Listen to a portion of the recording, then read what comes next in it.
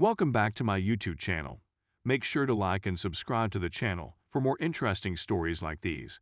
Now, let's get into today's story video. My wife cheated and lost. Let's begin with the plot of this narrative. I, 27 male, grew up, like most men, believing that the one is out there. That if you play your cards correctly, your soulmate will emerge out of nowhere and you'll ride off into the sunset. I met a lady when I was 19 years old, Bri, as we'll name her. While I was in the service, I met Bri via common friends. Bri was adorable, eccentric, and seemed to be an all-around nice girl. Sam, her buddy, felt it would be a fantastic idea to bring us together as a pair. I'm not sure what her motivations were, but I liked her and she liked me. Bri was visiting Sam for a few days, and I had just returned from leave in my home state, so the encounter was unavoidable. We all ate lunch together, myself, Bri, Sam, and Sam's husband, whom we'll call Jim. This event was nothing out of the ordinary, but once Bri returned home, she messaged me on Facebook, and we hit it off. After about 3 weeks of communicating with Bri, she asked me an unusual question. What would you do if I were pregnant? Before I get to my solution, let's perform some arithmetic. She was in her partying years and slept a lot. I discovered this much later in the relationship. She had a boyfriend a month before we met. I was adopted, so adopting a child felt like a no-brainer. My response was what seemed to be the correct thing. I'll adore that kid like it's my own. As it turned out, she was experiencing a number of pregnancy symptoms. She took the test a week later and got a positive result. I stuck to my promise. I'll look after this youngster. There was a 3-month gap between this discovery and her decision to travel out to see me. During this time, she was highly erratic, seeking to persuade who she believed was the father to commit and help her care for the child. He didn't move 1 inch. Instead, she selected me. Yes, I see why remaining with her was a horrible decision now. I was naive in love and certain that she was the one, and that she'd change her mind eventually. I married her so that the army would pay for her birth, and the rest, as they say, is history. But we all know it wasn't the case. The second year. 2 years in, I noticed something odd. Some man, let's call him Ron, was loving every post she made and commenting on every picture of her kid. This looked strange. I had left the military and was working in security at this time in our marriage. My lizard brain linked the links one night while working, and the gut sensation followed. Now, I'm not one to act based just on suspicion. I want evidence. I get off work at 4 a.m. since I was working at a nightclub that night. She'll be sound sleeping. Every night before bed, she leaves her laptop on the living room sofa downstairs. The strategy is coming together. When I arrive home and sit down on the sofa, I see that the laptop is still there. I open it and try 2 password guesses. It's our daughter's birth year. I visit her Facebook page. I browse through the messages. There you have it. 6 months of talking with a man called Ron. Some of the dialogue is flirtatious. Head back downstairs. She usually gets up at 7 a.m., but she didn't get out of bed until 9 a.m. They were probably expecting I'd fall asleep on the sofa. She starts by claiming that it was merely pleasant conversation and not technically cheating. I called and informed her that if she did this again, I was leaving. I was about to say if, but I knew better. When would be the correct answer? This is when I put my strategy into action. I dropped out of college to pursue a career in my industry, and I made certain that everything opened under credit was in her name.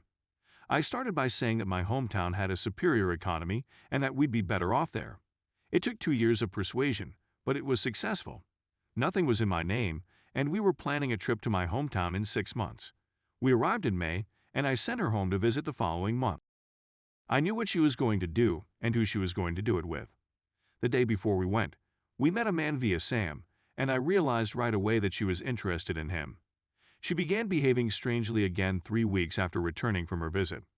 Other people taking precedence over me, putting things off, and growing aloof. Now that I'd spent 2 years arranging the dominoes, I simply let her knock them down. I made certain that I was unemployed, had nothing to my name, and was at home, where I could rely on relatives. I coerced her into saying she had cheated, and the dominoes began to fall. I stopped any cash from being transferred to the account and depleted it in order to petition for divorce. She couldn't take half since I didn't have anything. I didn't have a job, so what kind of lifestyle did we have that would necessitate paying her alimony? Everything was in her name, so even though I was financially responsible for some of those payments, the divorce was lengthy enough to ruin her credit. I gave her everything and made many sacrifices to raise her kid, but in the end, she suffered the most. In my profession, I am now incredibly successful and regarded. I'm not interested in marriage, but there are plenty of ladies in my life. Life is wonderful. I'm still in touch with the daughter, and Bri often flirts with me in an attempt to win me back. I'm the child's sole father, and I have no plans to become an ex-father. Even while it is emotionally appealing to be with the child more, I know better and have other possibilities. Story 2.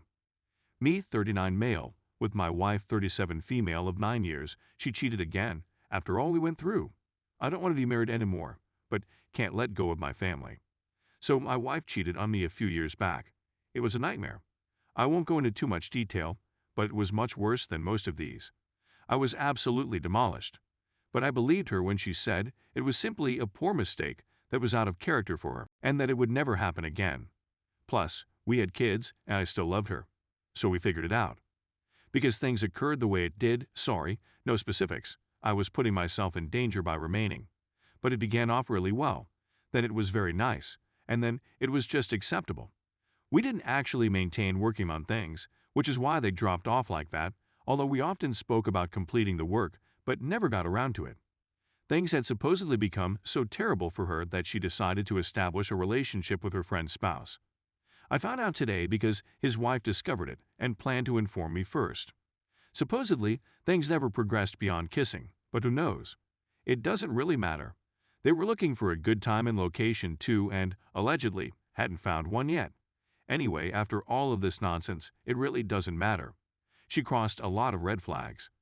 I get the impression that I don't know her at all. The person I thought I loved would never do anything like this, so I'm still reeling from it. My inclination last time was to struggle to keep her. This time, it's to turn off all emotions for her and begin moving on from her immediately, as if it were a horrible dream. I'm not having too much problem losing her over this sense. After all this time, I still don't know who the she is. But it's the fact that I don't get to see my kids every day that bothers me. I know everyone says this, but being with them is without a doubt the best thing in my life. I wish I could be there every day. I don't want to lose out on half of their childhood due to my wife's selfishness. I don't want children to have to figure out why their parents don't live together. That's not the life I desire. Thinking about that makes me want to vomit. What's worse is that neither of us can afford to move out. So I'm caught in this position that seems to be exactly what I want, but it's missing its heart. I have to be with her every day, and I have to put up a good show for the kids. This is really awful. We could have worked on it if she had been a grown-up and simply informed me things were becoming bad enough that she was having ideas about someone else. We've already shown that we can. I'd previously shown how much I'd go through simply to be with her, but she didn't even care about me or my kids enough to do it. Instead, this is my new normal. Correction, I forgot about the question. How am I going to get through this? Update, if nothing else, by speaking with a lawyer one-on-one. She wants to consult with a single lawyer in order to complete an amicable divorce. I believe we can do so because I believe we can be nice to each other throughout our divorce. But it wouldn't hurt to go into it with my eyes open after consulting with my own lawyer. I've been toying with the concept of figuring out what would be the happiest path for me to take in life. Right now, it doesn't seem possible to reduce my time with my kids in half since they make me happier than anything else. But I know there's a lot more to consider. It's frightening to consider living on my own, with additional costs, loneliness, and misery. I'm sure I'd grow accustomed to it and be grateful for the freedom. However, it still seems to be incredibly dismal and nasty. I'm aware that remaining with my wife may be just as dismal and miserable, and perhaps for a far longer period of time. I despise having to choose between two kinds of garbage. It's now paralyzing me.